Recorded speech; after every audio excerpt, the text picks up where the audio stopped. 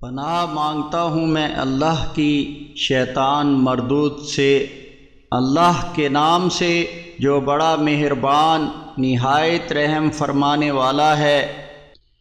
اے ایمان والو، اللہ سے ڈرو جیسا کہ اس سے ڈرنے کا حق ہے، اور تمہیں ہرگز موت نہ آئے مگر اس حال میں کہ تم مسلم یعنی اللہ کے فرما بردار ہو،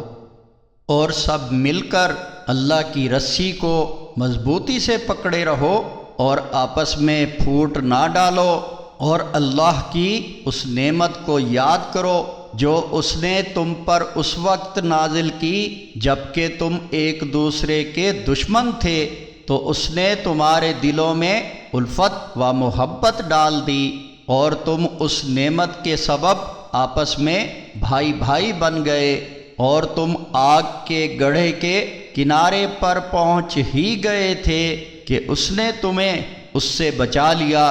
اس طرح اللہ اپنی آیات کھول کھول کر بیان کرتا ہے تاکہ تم ہدایت پاؤ، اور تم میں ایک ایسی جماعت ہونی چاہیے جو لوگوں کو خیر کی طرف بلائے، اچھے کام کرنے کا حکم دے اور برے کاموں سے روکے، یہی لوگ فلاح پانے والے ہیں۔ اور تم ان لوگوں کی طرح نہ ہو جانا جنہوں نے اپنے پاس واضح نشانیاں آ جانے کے بعد تفرقہ ڈالا اور آپس میں اختلاف کرنے لگے، اور یہی لوگ ہیں جن کے لیے بہت بڑا عذاب ہے۔ جس دن کچھ چہرے سفید ہوں گے اور کچھ چہرے سیاہ ہوں گے، تو جن کے چہرے سیاہ ہوں گے ان سے کہا جائے گا کیا تم نے ایمان لانے کے بعد کفر کیا تھا؟ تو پھر اپنے کفر کی پاداش میں چکھو مزہ عذاب کا۔